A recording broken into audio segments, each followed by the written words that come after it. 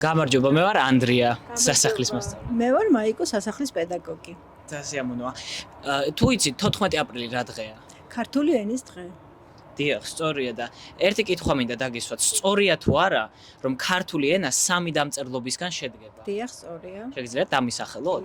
ასოთთავრული, ნუსხური და მხედრული. სწორია. დიდი მადლობა. გამარჯობა, მე ვარ ია, ეროვნული სასახლის საბუნებისმეტყველო და სოციალურ მეცნიერებათა მიმართულების ხელმძღვანელი. სასიამოვნოა.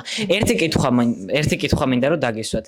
არსებობს ქართული სიტყვა, რომელიც უბრალოდ არ მოგწონთ როგორ ჟღერს? ძალიან ბევრია ეგეთი. მაგალითად, რამდენიმე თუ შეგიძლიათ მეყოთ. სიტყვები, რომელიც არ მომწონს. განსაკუთრებით არ მომწონს, როდესაც ადამიანებს ეჩხუბებიან და ეს საჩხუბარი სიტყვები, რომელიც ვულგარულად ჟღერს. როდესაც გვერდულად ადამიანს შეეხებიან და რაღაცას ისეც ასიტყვიან, რომელიც ბილწ სიტყვაობას უფრო გავს მგონი. დიდი მადლობა. მე ვარ ბაია მაჭავარიანი, მხატვრის პედაგოგი. სასიამოვნოა. ერთი კითხვა მაქვს ასეთი, რომელი ქართული სიტყვაა თქვენი აზრით ყველაზე გრძელი? ჰიდროელექტროსადგური?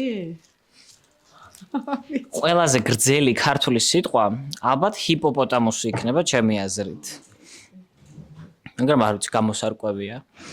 და შეგიძლიათ თქვათ ყველაზე რთული ენის გასატეხი, რაც კი გაფიქრდებათ.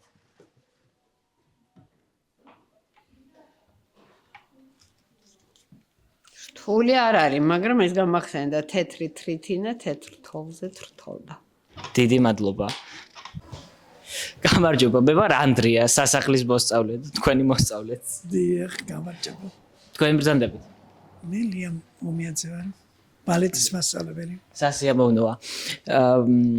ორი კითხვა მაქვს, ყველაზე უცნაური, შეიძლება უხამსიც კი ქართული სიტყვა, რომელია თქვენთვის, თუ გაფიქრდებათ?